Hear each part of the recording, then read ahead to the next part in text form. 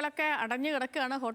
Hotel and restaurant അസോസിയേഷന്റെ പണിമുടക്ക് ഏറെക്കുറെ അല്ല, പൂർണ്ണമായിട്ടും പൂർണ്ണമാണെന്നൊക്കെ പറയാം.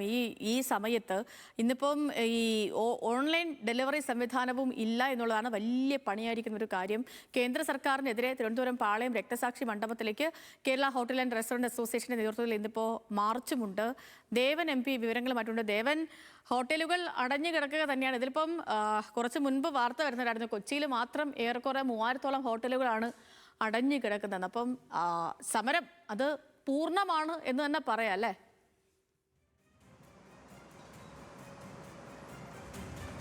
സേതു, ഞാനിപ്പോൾ നിൽക്കുന്നത് തിരുവനന്തപുരം മെഡിക്കൽ കോളേജിന്റെ മുൻപിലാണ്. ഇവിടെയും ഈ പറയുന്നത് പോലെ തന്നെ പതിവായി രാവിലെ മുതൽ ഈ ഹോട്ടലുകളെല്ലാം തന്നെ പ്രവർത്തനം ആരംഭിക്കുന്നതാണ്. പ്രത്യേകിച്ചും തിരുവനന്തപുരം മെഡിക്കൽ കോളേജ് അറിയാം, നമുക്ക് കൂടുതൽ വിവിധ സ്ഥലങ്ങളിൽ നിന്ന് കൂടുതൽ രോഗികൾ എത്തുന്ന ഒരു സ്ഥലമാണ്. രോഗികളും അവരുടെ കൂട്ടിരിപ്പുകാരും എല്ലാം തന്നെ എത്തുന്ന സ്ഥലമാണ്. ഹോസ്പിറ്റൽ ക്യാൻറ്റീൻ ഇന്ന് പ്രവർത്തിക്കുന്നുണ്ടെങ്കിൽ പോലും അത് അവിടെ എത്തുന്ന മുഴുവൻ ആളുകൾക്കും അത് പര്യാപ്തമാകില്ല. മാത്രമല്ല, ഈ മെഡിക്കൽ കോളേജിന് പുറത്തുള്ള പല ഹോട്ടലുകളും ഇന്നിപ്പോൾ പൂർണ്ണമായും അടച്ചിട്ടിരിക്കുന്നുണ്ട്. ചെറിയ ചായക്കടകൾ മാത്രമാണ് ഇപ്പോൾ ചിലയിടത്തൊക്കെ തന്നെ പ്രവർത്തിക്കുന്നത്. ഇന്നിപ്പോൾ മെഡിക്കൽ കോളേജിന്റെ ഫ്രണ്ടിൽ മറ്റൊരു ഹോട്ടൽ, ഇപ്പോൾ ഇവിടെ ഉള്ള ഒരു ഹോട്ടൽ ഇന്നിപ്പോൾ താൽക്കാലികമായി അല്ലെങ്കിൽ ഈ പണിമുടക്കിന്റെ ഭാഗമാകാതെ അവർ ഇന്നിവിടെ പ്രവർത്തിക്കുന്നുണ്ട്. അതുകൊണ്ട് തന്നെ സ്വാഭാവികമായും അവിടുത്തെ ഒരു തിരക്ക് ഇന്ന് നമുക്ക് ഈ ഹോട്ടലിലോട്ട് കയറുമ്പോൾ തന്നെ മനസ്സിലാകുന്നുണ്ട്. വലിയൊരു തിരക്കാണ് ഈ തുറന്നിരിക്കുന്ന ചുരുക്കം ചില ഹോട്ടലുകളിൽ നമുക്ക് പ്രത്യേകിച്ചും അനുഭവപ്പെടുന്നത്.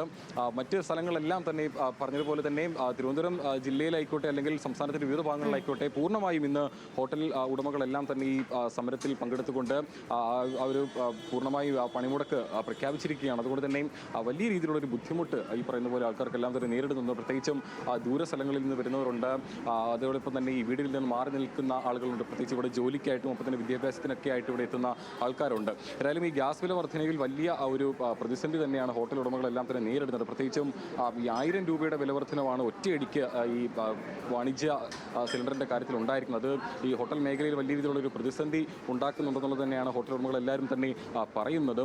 നമുക്കിപ്പം തിരുവനന്തപുരം മെഡിക്കൽ കോളേജിൽ പ്രവർത്തിക്കുന്ന ഒരു ഹോട്ടലിൻ്റെ ഉടമയോട് തന്നെ ചോദിച്ചു നോക്കാം.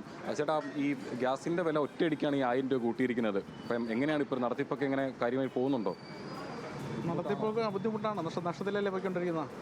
ഒരു ദിവസം 3 കുറ്റി ഗ്യാസ് എന്ന് പറയുമ്പോൾ 4000 രൂപയോളം മാറുകയാണ്. ഇന്നിപ്പോൾ അതിൻ്റെ ഭാഗമായിട്ട് പണിമുടക്ക് നടത്തുവാണ്. പണിമുടക്ക് നമ്മളിവിടെ ഇതുവരെ അടച്ചിട്ടില്ല. ഹർത്താൽ എന്ന് പറഞ്ഞാൽ ഹോസ്പിറ്റലും രോഗികളും കൂട്ടിരിപ്പരമായിട്ടുള്ള ഇതാണല്ലോ. അതുകൊണ്ട് ഈ 1000 രൂപ കൂട്ടിയപ്പം ഈ ഭക്ഷണ സാധനങ്ങളുടെ വില കൂട്ടേണ്ട ഒരു സാഹചര്യമാണല്ലോ ഇപ്പം. ആണാണ് അപ്പം വില കൂട്ടുന്നതിലേക്കൊക്കെ കടക്കുവാണ്. അപ്പം വില കൂട്ടിക്കഴിഞ്ഞാൽ ഇവിടെ ബുദ്ധിമുട്ടാണ്.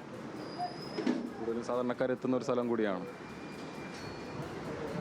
അത് തന്നെയാണ് ചെയ്തു. ഈ പറയുന്നത് പോലെ പാചകവാതകത്തിൻ്റെ വില, ഗ്യാസ് സിലിണ്ടറുടെ വില കൂടുന്നതനുസരിച്ച് തന്നെ ഭക്ഷണ പദാർത്ഥങ്ങളുടെ വില കൂട്ടേണ്ടി വരും. പക്ഷേ ഞാനിപ്പോൾ നിൽക്കുന്നത് പറയുന്ന ഒരു പ്രദേശം എന്ന് പറയുന്ന പോലെ തിരുവനന്തപുരം മെഡിക്കൽ കോളേജിന് മുൻപിലാണ്. വളരെയധികം സാധാരണക്കാരെത്തുന്ന ഒരു സ്ഥലം കൂടിയാണ്. രോഗികളും അവരുടെ കൂട്ടിരിപ്പുകാരും എല്ലാം എത്തുന്ന സ്ഥലമാണ്.